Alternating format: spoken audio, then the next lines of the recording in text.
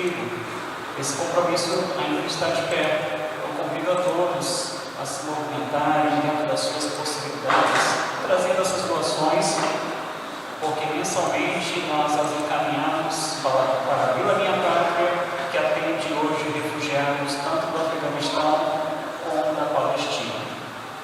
E a ênfase de missões nacionais neste ano é ocupar lugares do nosso país que ainda não existem igrejas batistas. Fortalecer e replantar igrejas que outrora estavam abertas, mas que foram fechadas. Transformar realidades através dos valores do reino.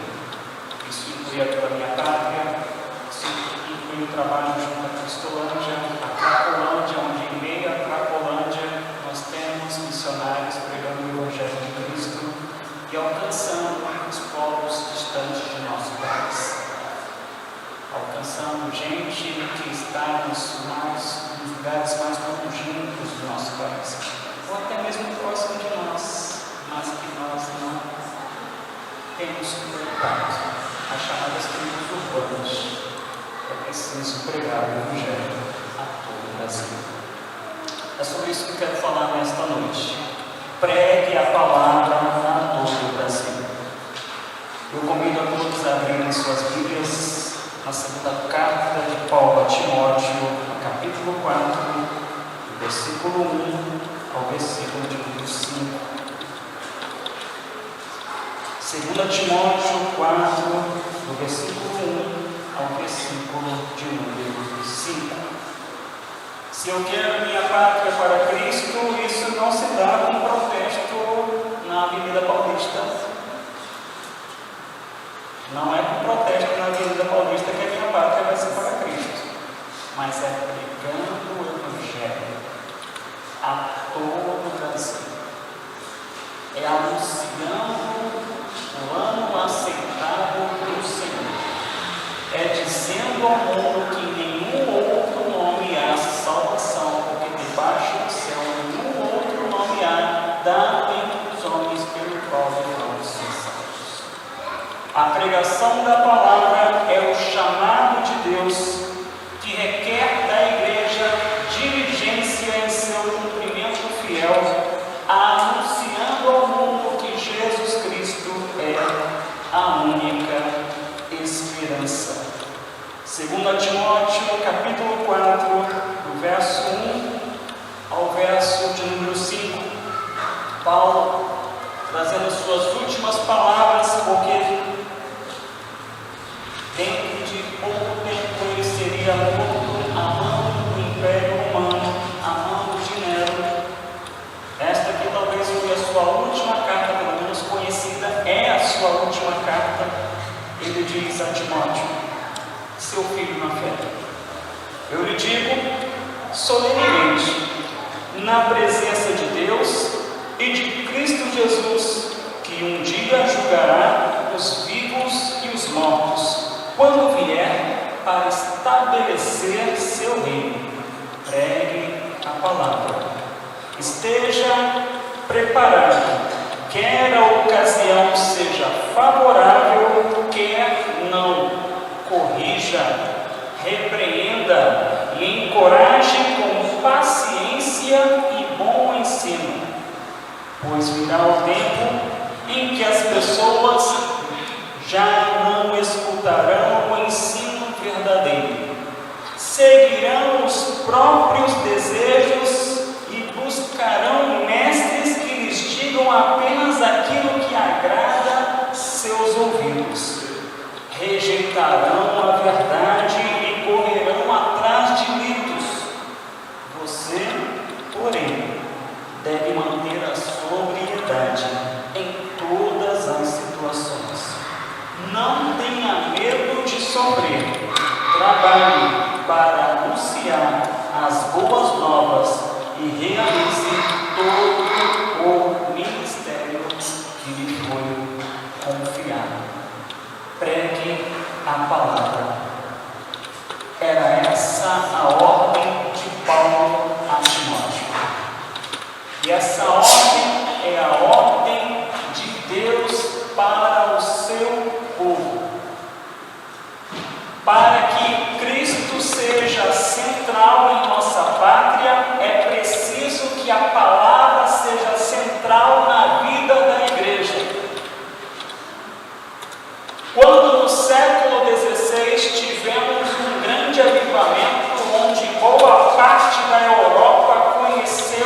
fato a Jesus, porque até então o seu conhecimento era religioso, mas ela se deparou com a Bíblia na sua própria língua, com pessoas falando no seu próprio idioma, a respeito de que somente pela fé em Jesus Cristo que nós somos salvos.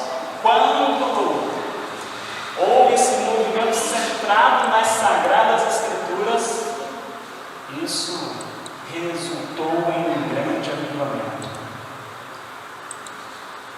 Nós amamos o nosso Brasil e queremos que o nosso país viva dias melhores, mas não há dias melhores para uma nação cujo Deus não é o Senhor. Não há dias melhores para um povo que não experimenta a transformação verdadeira que vem com a palavra de Deus. Se olharmos as grandes nações do mundo, aquelas que permanecem ao longo de anos, séculos, o que há em comum entre elas é o apreço pela Bíblia, ainda que hoje muitas delas têm se apostatado do Evangelho. No primeiro século da era cristã, irmãos, era essa a preocupação de Paulo. Ele estava no final de sua vida, mas no final de sua vida a preocupação de seu coração era: Timóteo, eu estou lhe passando o bastão. É preciso que você continue fazendo aquilo que eu comecei e agora estou próximo de terminar o meu combate, de acabar com a minha carreira e guardar a minha fé. Pregue a palavra. Você, Timóteo, é chamado para pregar a palavra, sabendo que essa palavra é o poder de Deus, sabendo que essa palavra é inspirada por Deus, sabendo que essa palavra é o pilar da tua vida, é o que move a tua conduta. Prega essa palavra e prega essa palavra de modo corajoso e constante ao mundo que talvez não queira nem te ouvir, mas quer seja oportuno ou não, pregue a palavra. O que nós vamos aqui, irmãos, analisar nesse texto escrito por Paulo a Timóteo é que Paulo insta a Timóteo a uma dedicação, porque pregar a palavra requer dedicação, pregar a palavra requer coragem, pregar a palavra requer paciência, pregar a palavra requer diligência, porque talvez você seja rejeitado, talvez portas se fechem para você por causa da pregação da palavra, mas a tua convicção te impulsiona a continuar pregando a palavra. Pedro e João poderiam viver tranquilos na sua vida de jovens, fizeram bem a um homem paralítico, foram interrogados. Diante do interrogatório, os ameaçaram e falaram: pare de falar de Jesus.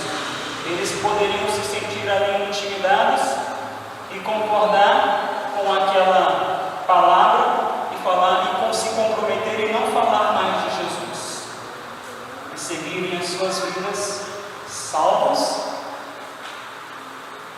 sem mais ter no seu encalço o tribunal dos judeus. Mas não.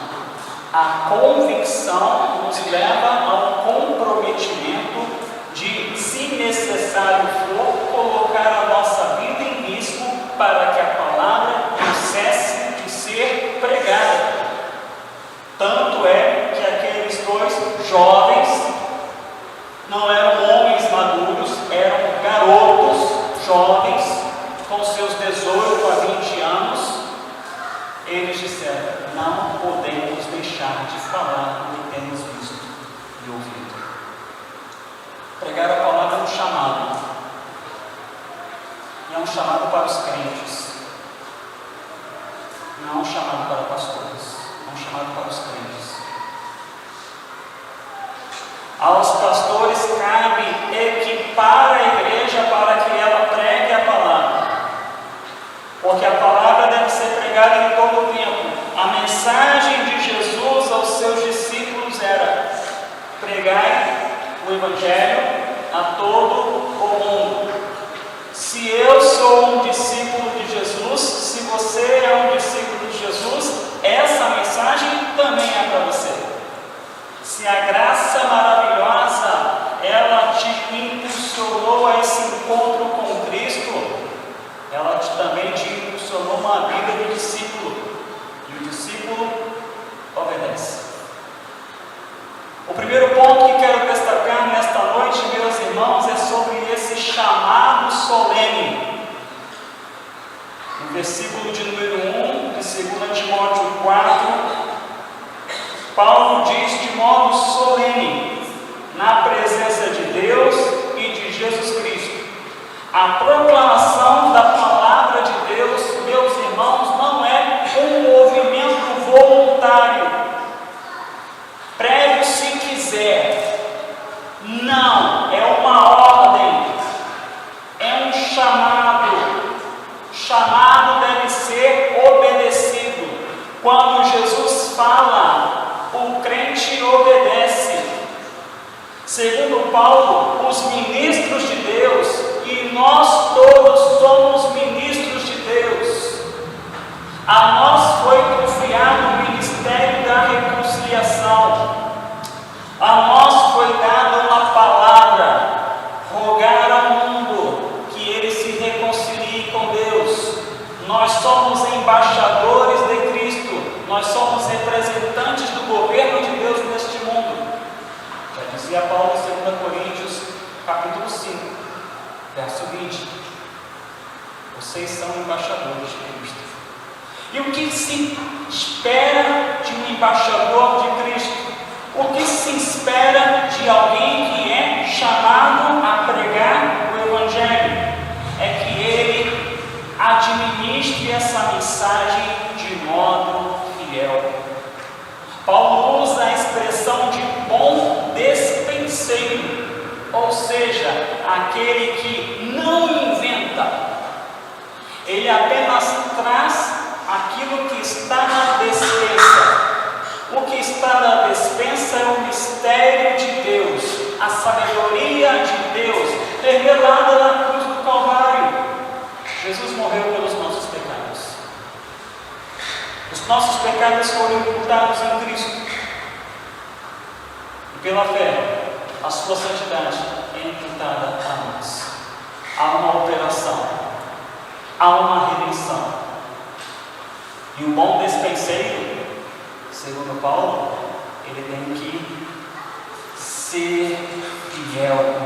1 Coríntios 4, verso 1 e 2: portanto, devemos ser considerados simples servos de Cristo, encarregados de explicar os mistérios de Deus, ou seja, pregar a palavra é explicar o Evangelho. Eu não tenho que dourar a pílula, como alguns fazem. Eu não preciso entreter ninguém. Eu não preciso fazer um evangelismo criativo. Eu apenas tenho que explicar o Evangelho. Explicar por que ele foi para a cruz. Por que o Filho de Deus foi para a cruz. De um encarregado, dizia Paulo, espera-se que ele seja fiel, alguém que é digno de confiança. Aquele que prega, meus irmãos, não é nenhuma celebridade. Aquele que prega não é nenhum influenciador. Aquele que prega é apenas um portador de uma mensagem, um proclamador de uma verdade, que traz consigo essa responsabilidade.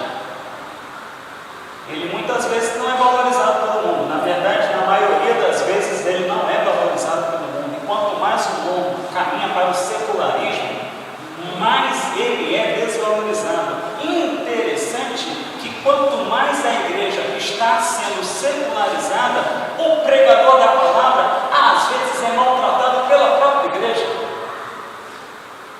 Se você acha que esse é um fenômeno novo, não é. Paulo sofria isso em Corinto.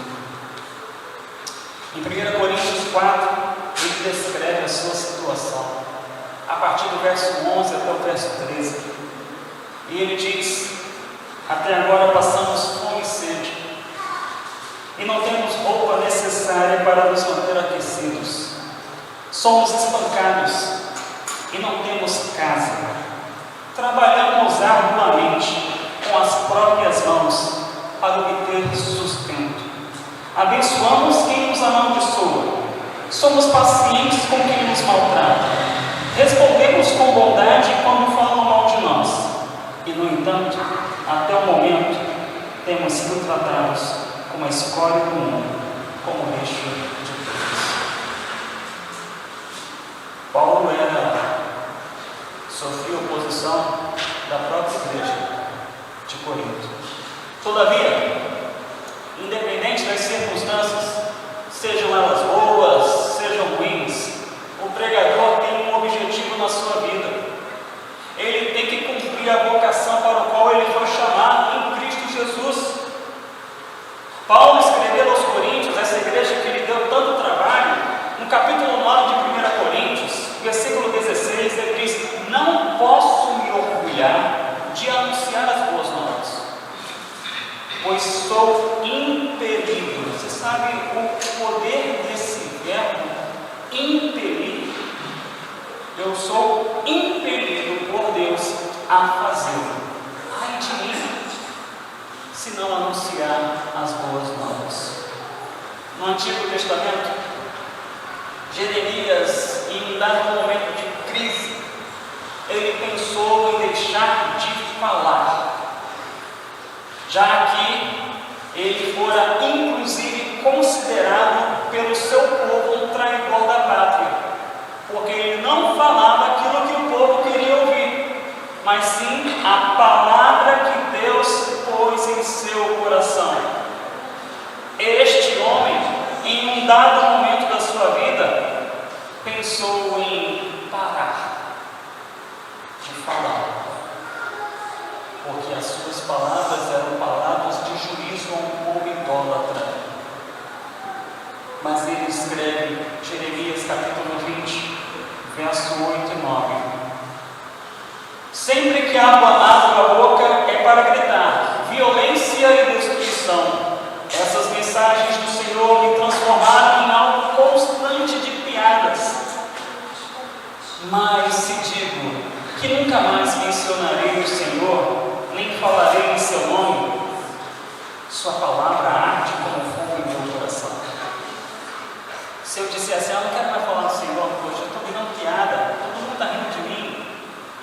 Jeremias disse, quando eu pensei nisso, sua palavra arde como fogo em meu coração. É como fogo em meus ossos. Estou cansado de tentar contê-la, é impossível.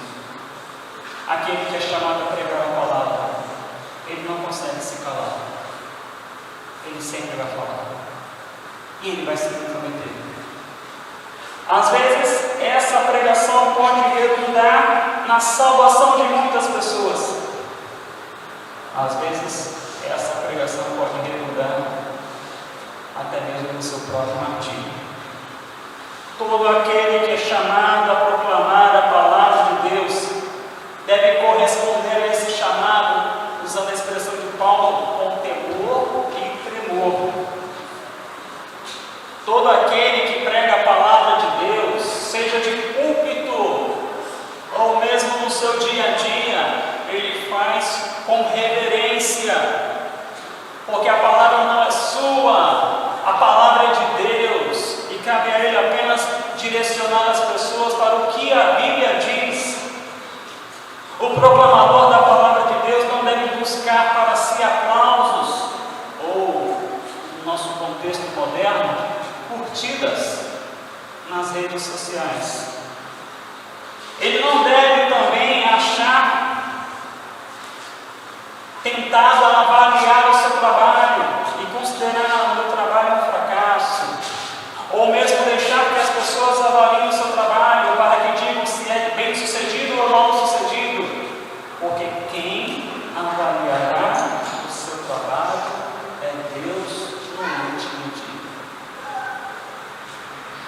pelo seu trabalho, ele não planta para colher amanhã.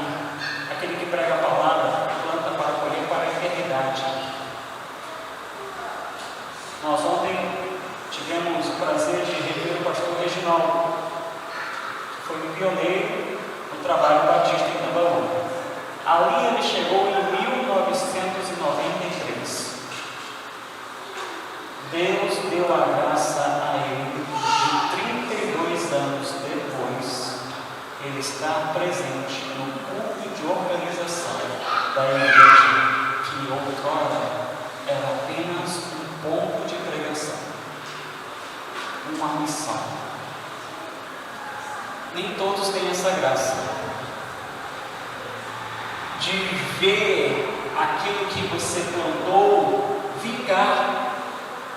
Mas nós somos homens e mulheres de fé que lançam a semente na dependência daquele que faz a semente brotar e promover vida. Portanto, a primeira consideração que aqui faço nesta noite é que todo aquele que proclama a palavra de Deus precisa ser apenas um homem fiel. Um homem, uma mulher, um jovem, uma criança que se mantém fiel, crente fiel, que não doura a pílula para agradar A, B ou C, mas sim prega o Evangelho, porque seu objetivo é cumprir um chamado que lhe foi dado de modo solene por Deus Pai e seu Filho, que há de julgar os vivos e os mortos, e a ordem é: pregue a palavra.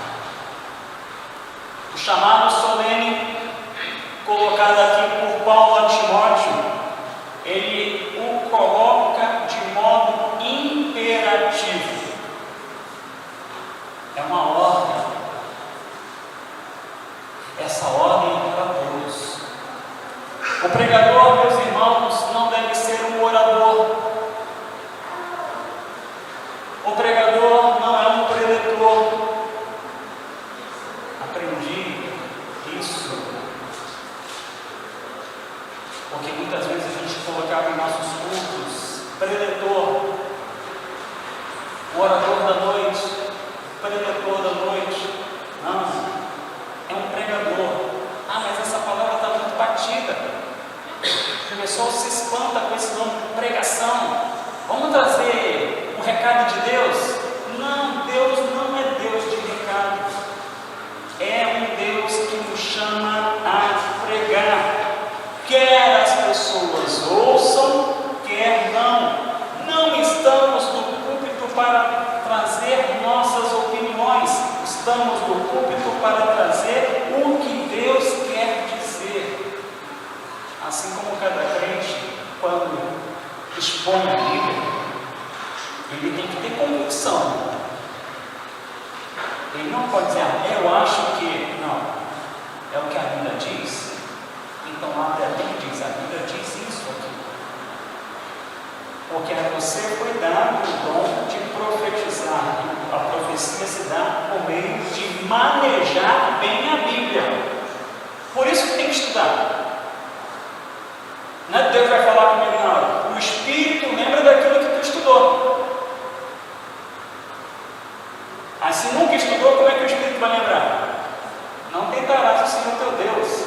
O Espírito lembra aquilo que você estudou, para que você, com a palavra em mãos, possa dizer: a Bíblia diz isso aqui. E nos pontos fundamentais da fé, irmãos, não há divergência. Podemos divergir, ter pontos distintos conforme as denominações em questões secundárias, terciárias, mas naquilo que é fundamento, que é pilar, não há discussão. Só Jesus sabe. A salvação é um dom de Deus. A salvação pertence ao Senhor. Pela fé, somente pela fé, e nós somos salvos. No passado, os profetas diziam: assim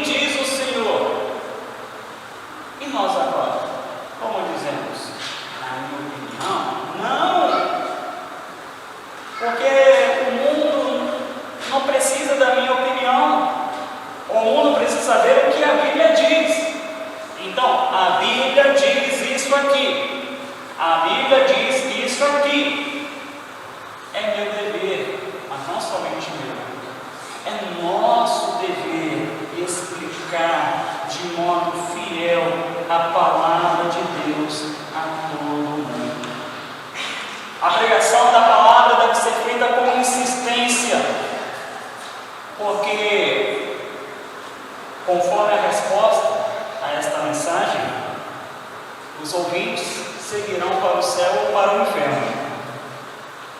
É preciso considerarmos isso, meus irmãos. Talvez em nossos dias parece que as pessoas esqueceram da realidade do céu e do inferno, quando na verdade a pessoa que mais falou dessa realidade, céu e inferno, foi o próprio Senhor Jesus. Há muitos que hoje querem abolir o inferno, mas o próprio Senhor Jesus reiteradamente falou dessa condição, dessa realidade. Céu para os que creem, inferno para os que não creem.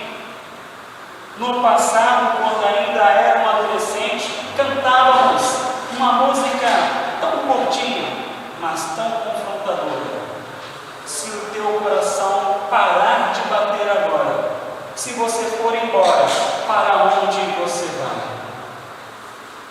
Céu e inferno, podes crer, há dois caminhos para você. Deus te ama e deseja a paz. Ele quer tirar desse seu coração essa dúvida que é cruel. Martinho Lutero, ele vivia uma dúvida cruel dentro do seu coração, porque ele imaginava que para alcançar o céu, ele tinha que purificar-se toda hora no confessionário. E aí ele saía do confessionário dizendo, agora eu estou bem. Aí ele lembrava que aquilo era orgulho, ele voltava para o confessionário, até que ele compreendeu que o justo vive pela fé. Nós devemos pregar o Evangelho. Nós devemos dizer que existe sim o céu e o inferno, e que a vida não dura para sempre. Um dia nos despediremos daqueles que amamos.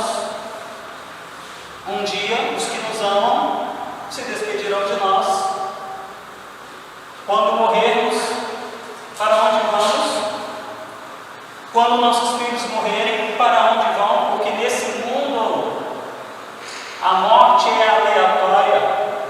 Ainda que exista um processo natural que primeiro vão os pais, depois os filhos, nem sempre se cumpre assim.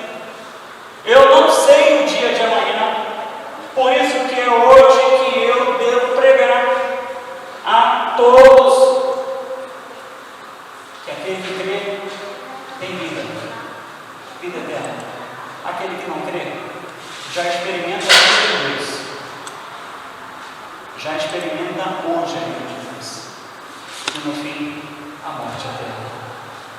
Nós somos o bom cheiro de Cristo, dizia Paulo aos Coríntios. Cheiro de vida para os que creem, cheiro de morte para os que se recusam a crer. O pregador, ele não escolhe o seu público. O pregador prega a palavra. Porque todos os públicos devem conhecer o plano de Deus. A ênfase batista neste ano de missões nacionais está em buscar os não alcançados. População ribeirinha, população indígena, população cigana. A ênfase dos batistas neste ano, na verdade essa ênfase já de muitos anos, trabalhar junto aos que estão vivendo em situação de fragilidade social, das drogas. Pregar o Evangelho para esses. Devemos pregar para estes que estão tão distantes, mas também para pregar para aqueles que estão perto, para os nossos filhos, para os nossos parentes, para os nossos amigos, para os nossos vizinhos, para quem estiver com o ouvido aberto para ouvir, quer esteja ou não, mas a oportunidade foi dada, então pregue a palavra. Porque isso é amor. Ah, mas se eu falar, ele não vai gostar do que eu vou falar.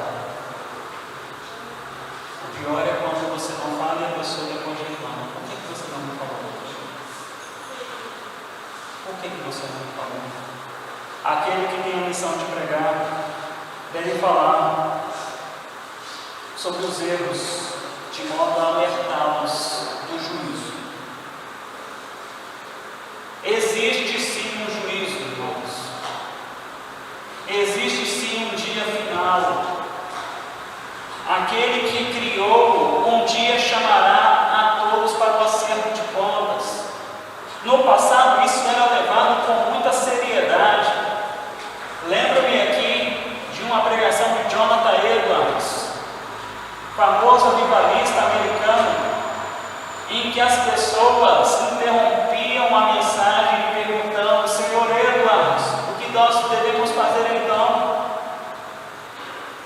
Assim aconteceu com Pedro quando ele pregava o primeiro sermão cristão, Atos capítulo 2. Ele expunha a Bíblia e, diante da exposição bíblica de Joel, leu, citou, na verdade nem leu, ele já sabia de cor, ele cita o texto sagrado. Ele cita o texto sagrado, ele explica o texto sagrado, ele aplica o texto sagrado, só não consegue concluir a mensagem. Sabe por quê? Porque o povo perguntou: Pedro, por favor, o que devemos fazer então? E a palavra de Pedro foi: arrependei-vos e crede no Evangelho, sejam batizados. E ali foram 3.000 pessoas salvas. Assim começou a igreja, com 3.000 pessoas salvas no dia de Pentecostes. Mas nem sempre é assim. Às vezes o pregador prega e prega de modo fiel, espetacular, expondo com uma capacidade de síntese fenomenal, como Estevão, e ao final da sua pregação ele é tomado de pedradas. E tomado de pedradas, ele vê o céu aberto e o Cristo a quem ele pregava à direita de Deus Pai. E diante daquela cena, ele reproduz a oração do Cristo quando morto: perdoa, Senhor, eles não sabem o que fazem. Aquele que prega, ele corajosamente tem que denunciar pecados, mas não perdendo de vista a paciência na confrontação do erro, porque ele tem que ter amor e respeito por aqueles que o ouvem. Às vezes as pessoas confundem: fulano é muito firme, é muito sério. A pregação da palavra requer firmeza, requer seriedade. Se você estivesse numa mesa de cirurgia, com certeza você não ia querer alguém fazendo piada naquele momento, enquanto está te cortando. Você queria ver nele seriedade. Quando você está com um gravíssimo problema e vai ao médico, você não quer um médico fazendo piada do seu problema, mas você quer ter seriedade. Por que do pregador você quer ter frivolidade? Isso aqui não é entretenimento. Estamos falando de vida eterna ou morte eterna, conforme a tua administração dessa mensagem. Não se espera frivolidade, entretenimento. Estevão, as pessoas viam ele quando ele trazia a mensagem com um semblante como de um anjo. A caricatura que fazem do Estevão, de um anjo. Só que não era essa a ideia de Lucas quando escreve Atos. A expressão de um anjo é a expressão de alguém com seriedade, trazendo uma mensagem muito importante. Aquele que prega denuncia pecados, mas faz isso com amor e respeito, não perdendo a firmeza, mas relembrando para ele mesmo, porque ele também é um pecador, cuja mensagem primeiramente confrontou o seu coração. Ele deve pregar, ele deve encorajar, ele deve orientar, ele deve animar, ele deve estimular, para que as pessoas sigam por esse bom caminho, para que as pessoas possam de fato admirar-se da palavra de Deus. Ele tem esse papel: olha, essa é a palavra de Deus. Porque enquanto não houver admiração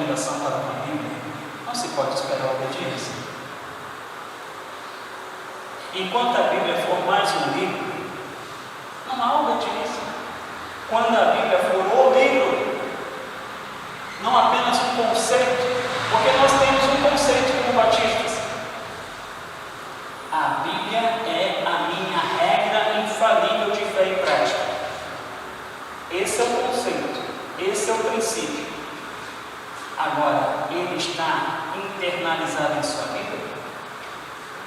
Se estiver, você não abrirá mão de ler a Bíblia todos os dias.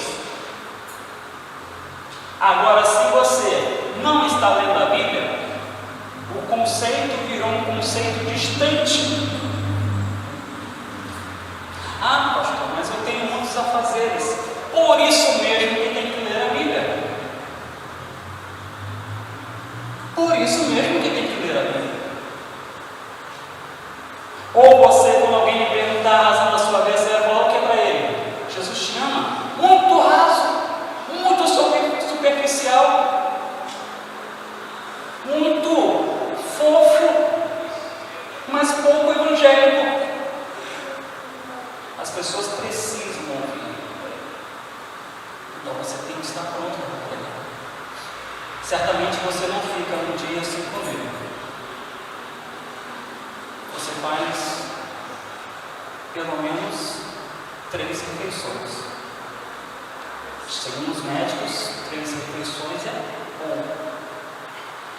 Teria que fazer mais, comer menos durante o dia. Não é isso que dizem os médicos? Né? Porque comer de 3 meses, quando comer também vai vir um pratão. Come menos e mais vezes ao dia. A Bíblia, como é que você faz? Eu até esqueci minha Bíblia na igreja. Diz que a Bíblia é a palavra de Deus, então viva ela como palavra de Deus, regra infalível de fé e prática.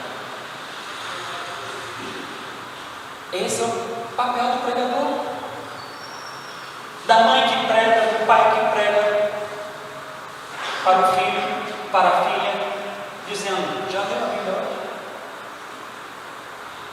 Já fez sua leitura?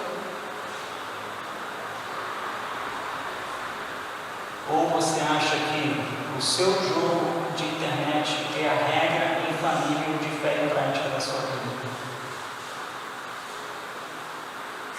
Que você vai viver a sua espiritualidade na eternidade jogando PlayStation? Vai ser isso? Nem olhos viram, nem ouvidos ouviram o que Deus preparou para os seus. Eu te garanto, é muito melhor do que o PlayStation. É muito melhor do que o PlayStation. Mas ao pregador, meus irmãos, querem pregar. E só pregar. Ele não tem que convencer. Porque o papel do convencimento se dá pelo Espírito Santo. O pregador proclama. O pregador não influencia. Porque influenciar é uma palavra que traz a ideia de dominar. Não, o pregador é alguém dominado pela palavra. E não alguém que manipula, que quer domínio sobre pessoas. Cabe ao Espírito atuar no coração para que essa palavra possa ir ao fundo do seu ser, discernindo seus pensamentos e intenções. Qual é a justificativa para essa pregação da palavra? Versos 3 e 4. Paulo deu a ordem a Timóteo e orientou Timóteo a administrar essa missão com diligência, coragem, associada com paciência e bom ensino. O modo como Timóteo deveria trabalhar para segurar as pessoas na igreja, irmãos, era pregando o Evangelho. Os nossos jovens estão indo embora, o que a gente pode fazer? Vamos fazer aqui na igreja uma quermesse gospel. Vamos colocar um touro mecânico aqui, bem no meio. A turma nova gosta dessas coisas. E a gente se jovens. A gente distribui os panfletos na praça e diz que vai ter uma quermesse gospel na igreja e tem até touro mecânico.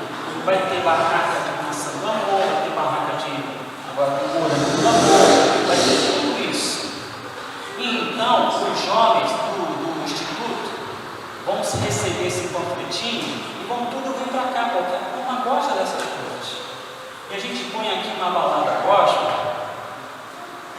e vai ferver. E a igreja vai avivar. E a gente então depois põe noite de avivamento. Aí a pessoa, glória a Deus, aleluia, amém. Assim. Não é assim que se prende pessoas na igreja. Não é com entretenimento. Porque você vai, na verdade, se apostatar de ser igreja e vai se tornar um clube social. A pregação é o que mantém as pessoas na igreja. É a exposição fiel da Bíblia, é dizer o que a Bíblia diz.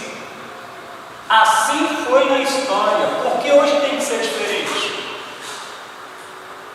Por que hoje tem que ser com fofuras, doces e travessuras, festa de Halloween na igreja, dia de Páscoa com coelhinho na porta da igreja, fantasiado de coelhinho? No dia de Natal vem o Papai Noel, o pastor de Papai Noel na igreja. Prega a palavra. Minha pátria será para Cristo, não com entretenimento. Minha pátria será para Cristo com pregação fiel da Bíblia. Então os crentes têm que aprender a pegar a Bíblia e ler a Bíblia e saber explicar a Bíblia e aplicar primeiramente a si, aos da sua casa e aos de fora. Sabendo que muitos não vão querer ouvir, mas pelo menos eles vão estar recusando algo que lhe está sendo ofertado de modo fiel. Aí eu não quero isso, ok, mas se o Espírito tocar no teu coração, você vai querer, porque se não for pelo Espírito, melhor não vir. Era essa a missão que Paulo aqui estava passando para Timóteo. Para fechar, pouco tempo nos impede de continuar, Paulo diz para Timóteo: mantenha a sobriedade, porque os dias são maus. É preciso ser diligente no cumprimento dessa ordem de esperança. No verso 5 ele diz: você porém deve manter a sobriedade. Se Timóteo tinha que manter a sobriedade, é porque as pessoas do seu tempo tinham perdido a sobriedade. Se Timóteo, segundo Paulo, tinha que manter esse equilíbrio, é porque as pessoas do seu tempo tinham perdido esse equilíbrio. Meus irmãos, o equilíbrio é fundamental nesses dias maus. Nós não somos um comércio. Nós não somos prestadores de serviço. Nós somos igreja. Igreja prega a palavra. Igreja adora a Deus com cânticos, hinos, orações que estão voltadas para a palavra e para enaltecer a sabedoria de Deus revelada na palavra, que é Jesus o Cristo crucificado. O mundo não suporta isso. Por isso que nós devemos manter o equilíbrio, a coragem, o trabalho. John Stott, fazendo um comentário desse texto, ele diz: quanto mais difíceis os tempos e mais resistentes as pessoas, mais clara e mais persuasiva deve ser a nossa pregação. Hoje em dia muitos ficam filosofando de tal modo que as pessoas ficam assim: nossa, ele falou uma coisa tão bonita. Você entendeu? Não entendi, mas é tão bonito que ele falou. Você tem que ser claro. É isso aqui que a Bíblia diz. É isso que a Bíblia diz. Ah, mas ele é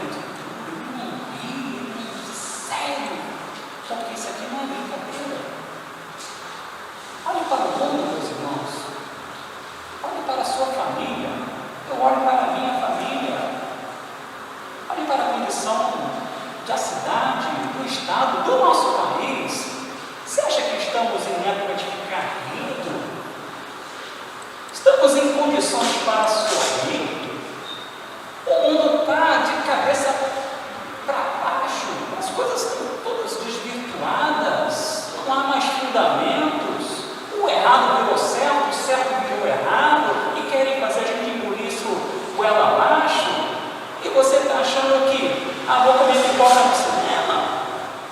Não, igreja não é comer pipoca no cinema. É para que sejamos confrontados, encorajados, animados, consolados, entendendo que o nosso papel neste mundo é ser claro, é ser objetivo, é usar o estudo da capacidade intelectual para ser persuasivo, mas compreendendo que quem opera é o Espírito. Eu quero a minha pátria para Cristo, mas o Cristo crucificado, não o Cristo popular dos protestos. Eu quero a minha pátria para Cristo, mas o Cristo que deu sua vida em resgate à sua igreja. E é o Espírito quem vai atuar no coração dos meus irmãos brasileiros, por meio da pregação fiel, da qual nós não estamos sozinhos. Somos apenas parte de um grupo maior que nesse Brasil prega a palavra de Deus. Amém? Amém. Vamos nos colocar de pé e cantarmos nossa última canção, a nossa oração, minha pátria para Cristo.